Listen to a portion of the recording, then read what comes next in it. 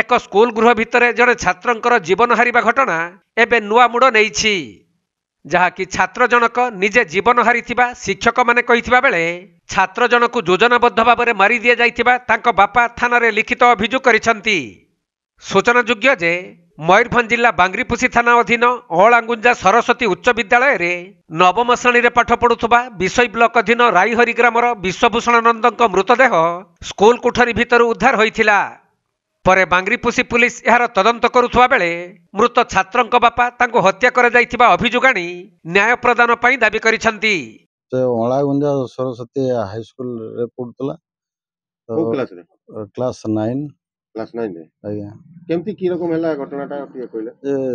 12 ତାରିଖ ଦିନ ଭୋର 5:54 ତାଙ୍କର hostel in charge Panda sir phone କଲେ ଯେ ଆଜ୍ଞା ବହୁତ ବଡ଼ ଗୋଟେ ଅସୁବିଧା ହେଇଯାଇଛି, ଆଉ ଆପଣଙ୍କର ପୁଅ ସୁସାଇଡ୍ କରିଦେଇଛି। ତେଣୁ ମୁଁ ସେ କଥା ଶୁଣିଲା ବେଳକୁ ଫୋନ୍ ରଖିଦେଇକି ସେ ପୁତୁରାମାନଙ୍କୁ ଡାକିଲେ ଏବଂ ମୋ ସାନ ଭାଇ ସହିତ ଆମେ ଯାଇକି ପହଞ୍ଚିଲୁ ହାଇସ୍କୁଲରେ, ଯେଠିକି ଝୁଲନ୍ତା ଅବସ୍ଥାରେ ଥିବା ଛୁଆକୁ ଦେଖିଲି। ହାଇସ୍କୁଲରେ କୋଉଠି, କ୍ଲାସରୁମ୍ ଭିତରେ ନା ବାହାରେ? ନା, କ୍ଲାସରୁମ୍ରେ। ସେ କ୍ଲାସରୁମ୍ ସେଇଠି। ତ ଯାଇକି ଆମେ ଦେଖିଲା ବେଳକୁ ତାର ପାଦ ତଳେ ସଟି ରହିଛି, ଆଉ ମାନେ ଝୁଲେଇ ଦିଆ ହେଇଛି ମାରିକି। ମୋର ସନ୍ଦେହ ପୁରା ଏଇଟା ଫୁଲ୍ ତାଙ୍କର ଗୋଟେ ଯୋଜନାବଦ୍ଧ ଭାବରେ ତାକୁ ହତ୍ୟା କରାହେଇଛି। ତା ପୂର୍ବରୁ ଛୁଆ ସାଙ୍ଗରେ ଆପଣମାନେ କଥା ହେଇଥିଲେ? ହଁ, ତା ମାଆକୁ ଗତକାଲି ମାନେ 11 ତାରିଖ ଦିନ ସନ୍ଧ୍ୟା 7ଟା ବେଳକୁ ଫୋନ୍ କରିଥିଲା ଯେ ସ୍କୁଲରୁ ମୁଁ ଯାଉଛି 12 ତାରିଖ ବସ୍ରେ 9ଟା ବେଳକୁ ଏଠି ବସ୍ ଅଛି, 9ଟାରୁ ମୁଁ ଯିବି, ଆଉ 17 ତାରିଖ ପର୍ଯ୍ୟନ୍ତ 16 ପର୍ଯ୍ୟନ୍ତ ତାଙ୍କର ସ୍କୁଲ ବନ୍ଦ ରହୁଛି। ଆଉ କିଛି ପ୍ରେସାର ଥିଲା? ନା, ଆମେ ତ ବହୁତ ଲାଳନ ପାଳନ ବହୁତ ବଢିଆ ସେ ଆମେ ତାକୁ ମାନେ ନା ସେମିତି ନାହିଁ, ବହୁତ ଶାନ୍ତ ପିଲାଟେ। ମୃତ୍ୟୁ ପଛରେ ଦେଖନ୍ତୁ, ମୋତେ ତ ଲାଗୁଛି ଗୋଟେ କିଛି ଷଡ଼ଯନ୍ତ୍ର ଥାଇକି ତାକୁ ହତ୍ୟା କରାହେଇଛି। ଏ ବାବଦରେ ଆପଣ କ'ଣ ଦାବି କରୁଛନ୍ତି?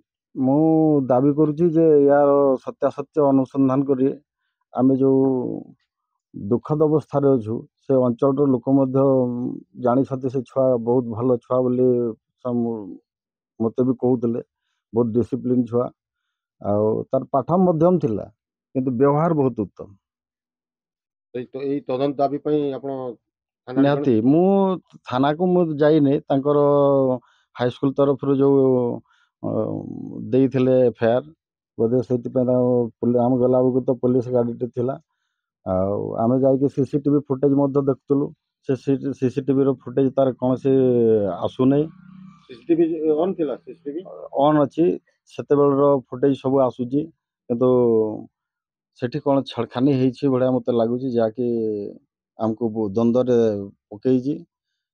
ଏବଂ ଆଉ ଗୋଟେ କଥା ମୁଁ ଜାଣିବା ପାଇଁ ପାଇଲି ଯେ ପଣ୍ଡା ସାର୍ଙ୍କର ଯେ ପୁଅ, ସେ ହଷ୍ଟେଲରେ ଆସିକି ରୁହନ୍ତି। ସେ ଛୁଆ ଯେ ରୁମ୍ରେ ରହୁଛି, ସେ ରୁମ୍ରେ ମଧ୍ୟ ଗତକାଲି ସେ ରହିଥିଲା।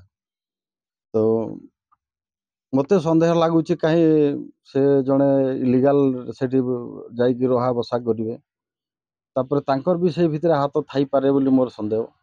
କାହିଁ ଛୁଆମାନଙ୍କ ତାଙ୍କ ଯେତେମାନଙ୍କୁ ମୁଁ ତାଙ୍କ ସାଙ୍ଗମାନଙ୍କୁ ପଚାରିଲି, ଛୁଆମାନଙ୍କ ସହିତ ତାର ଉତ୍ତମ ବ୍ୟବହାର, ଆଉ ସେ 4ଟା ବେଳେ 11 ତାରିଖ ଦିନ ଖେଳାଖୁଳି କରିଛି ସାଙ୍ଗସାଥିମାନଙ୍କ ସହିତ, ଏବଂ ବୁଝିଲି ରାତିରେ ବି ମଧ୍ୟ ସେମାନଙ୍କ ସହିତ ଖିଆପିଆ କରିଛି। ଆଉ ତାପରେ କହୁଛି ସେ କାଲି ଆମେ ଭୋର ତ ନୁହଁ, ସେ 9ଟା ବେଳକୁ ବସ୍ ଅଛି, ବିଶ୍ୱକର୍ମା ବସ୍ ଆମ ଏ ଦେଇକି ଯାଏ, ସେ ବସ୍ରେ ସେମାନେ ଆସିବା କଥା। ସେଇ ବାବଦକୁ ସେ ତାର ଆପ୍ଲିକେସନ୍ ମଧ୍ୟ ଲେଖିଛି ଯେ ଛୁଟିରେ ଘରକୁ ଯିବି, ଆଉ 17 ତାରିଖ ପୁଣି ଫେରିବି ବୋଲି ତାର ଲେଖିଛି ଆପ୍ଲିକେସନ୍। ତା ମା ସାଙ୍ଗରେ ଯେତେବେଳେ କଥା ହେଲା, ତାର କିଛି ସେରକମ ପ୍ରେସାର ଥିଲା? ନା, ଆମ ଘରୁ କୌଣସି ପ୍ରେସାର ନାହିଁ, ଆମେ ବହୁତ ଭଲ ନର୍ମାଲ। ଏ ବାବଦରେ ଆପଣ ମାନେ ସତ୍ୟାସତ୍ୟ ଜାଣିବା ପାଇଁ ନିଶ୍ଚୟ ଆମେ ସତ୍ୟାସତ୍ୟ ଚାହୁଁଛୁ ଯେ ଏ ଭିତରେ ଯେ ମାନେ କି ଇନଭଲ୍ଭ ଅଛନ୍ତି, ସେମାନଙ୍କୁ ଯଥାଶୀଘ୍ର ପୋଲିସ ଇନଭେଷ୍ଟିଗେସନ୍ ତ୍ୱରାନ୍ୱିତ ହଉ। ମୁଁ ମିଡ଼ିଆ ମାଧ୍ୟମରେ କହୁଛି, ଏ ଜନସାଧାରଣ ସେ ଅଞ୍ଚଳର ସମସ୍ତେ ଦାବି ମଧ୍ୟ କରିଛନ୍ତି ଯେ ଏହା ପିଛା ନିହାତି ଗୋଟେ କୌଣସି ଯୋଜନାବଦ୍ଧ ଭାବରେ ହତ୍ୟାର କଳ୍ପନା ରହିଛି। ଏହାର ସତ୍ୟାସତ୍ୟ ମୁଁ ଚାହୁଁଛି ତାର ଯେମିତିକି ଆମେ ସମସ୍ତେ ଚାହୁଁଛୁ, ପ୍ରତ୍ୟେକ ଗାର୍ଡିଆନ ବି ଏହା ଚାହିଁବେ। ସେ ଗୋଟେ ଆମେ ଭରସା କରି ସ୍କୁଲରେ ଛାଡ଼ି ଦେଇକି ଆସିଛୁ, ମା ବାପା ଆମେ ଘରେ ରହୁଛୁ, ଆମେ ନିର୍ଭୟରେ ରହୁଥାଉ। ଯଦି ଏମିତି ଘଟଣା ଆଜି ମୋ ପୁଅ ପାଇଁ ହେଲା, ଅନ୍ୟ ସ୍କୁଲରେ ସେମିତି ଆଉ ଗୋଟେ ଦ୍ୱିତୀୟବାର ଘଟଣା ଘଟିପାରେ ଯଦି ୟାକୁ ଛାଡ଼ି ଦିଆଯାଏ। ମୋତେ ତ 100% ଲାଗୁଛି ଏଇଟା ଗୋଟେ ଯୋଜନାବଦ୍ଧ ଭାବରେ ହତ୍ୟା ହେଇଛି। ମୟୂରଭଞ୍ଜ ଜିଲ୍ଲା ରାଇରଙ୍ଗପୁରରୁ ସୁନୀଲ କୁମାର ମହାପାତ୍ରଙ୍କ ରିପୋର୍ଟ, କୋଣାର୍କ ଲାଇଭ୍।